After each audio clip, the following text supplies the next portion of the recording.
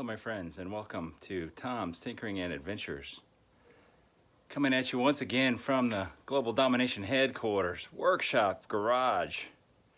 Now I have got a little project I'm working on, and I'm not going to name names of who I'm working on it for because I don't want to implicate the guilty party on this.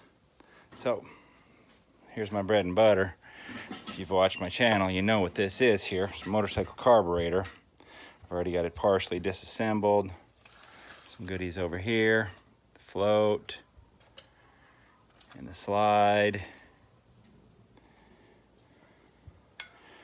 Now, the gentleman I'm working on this for told me that the motorcycle was leaking gas and he fixed it. Now, how did he fix it, you might ask? Well, he said, well, when I turned on the fuel, the motorcycle ran fine, but when I stopped running it, fuel was coming out of the bottom of it, so I just plugged the hole up. How did he plug the hole up? Well, he plugged the hole up with JB Weld. Put JB Weld in this overflow drain, and he put JB Weld in the bottom of the float bowl here. It's actually breaking out of there a little bit, which is good news for me because I'm going to have to get that all out of there. See it all jammed up in there. Now the reason why fuel was coming out of this drain on the bottom is because of a couple of reasons, and we'll have to figure out exactly why. Number one could be that the float was not set correctly, causing fuel to fill this bowl up too much, which then, once it gets too full, it goes out this drain, which is connected to this, which is full of JB Weld, which we're going to have to figure out a way to get that out of there. The second reason could be if there was damage to this needle. There's a little rubber tip on the end of there, which seals up in here. Oops, well, it's hard to do this while I'm holding the camera. There we go. So that could be the problem, or there is an O-ring around this brass piece here, which I could take out. I can take that brass piece out once I remove that screw. And if that O-ring is bad, that also causes fuel leakage, which will overfill this bowl and cause it to leak out of there. So do not do that.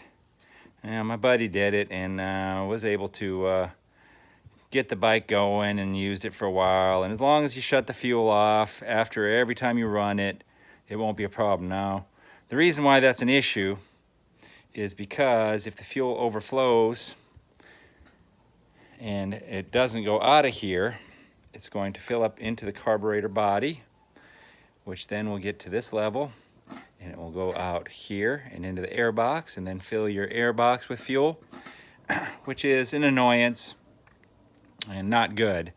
But the real problem is when it gets above here and it goes in and goes into your engine, goes past the intake valves, goes into the cylinder, fills the cylinder up with fuel. Now that can cause two problems. Number one major problem is that gets full of fuel and you hit the start button. This is electric start bike. Hit the start button, the piston comes up, it hydrolocks. Now, if you get lucky, it will just stop the piston and it won't turn it. If you get really unlucky, it will go up and it will cause valve damage. Then the other issue is that it sits in the cylinder, leaks past the rings, goes into the crankcase, fills the crankcase up with gasoline, mixes the gasoline with the oil, and then you start the bike and you run it and you have diluted oil. And you could run it, maybe you'll be lucky, maybe you won't. Might cause some bearing damage. So if you are seeing fuel coming out of this overflow, that means 99.9% of the time you have a problem with your float in some area. Like I said, could be that the float was misadjusted. Chances of that are pretty slim if no one messed with it. This is a very likely culprit. That little rubber seat gets worn out, and the O-ring in this piece here is also a very likely culprit, and that's the one I suspect most of all because this thing looks pretty good. Now I'm going to take the whole carburetor apart, clean it. gotta figure out a way to get this out of here. Hopefully I can clean this up. But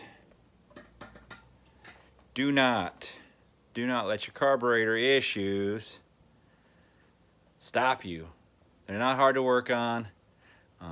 If you're concerned about working on them, you probably know somebody who's not afraid to work on it for a case of beer and a burrito and a $20 bill and a pat on the back and another $20 bill and another $20 bill and another $20 bill. That'll about cover it. So don't ignore it. Like I said, you could maybe get away if this was happening the day before you were going out for a motorcycle ride. Yeah, you can get away with it. If it's overflowing like that and you shut the fuel off every time you stop the bike, yeah, you're gonna probably be okay. But if you let it go, you're gonna cause problems, and they might be big, big problems. So that's what I got for you here. A simple, quick tip. Mind your carburetors, ladies and gentlemen. Thank you very much for watching. Get out there and find your adventure. Adios.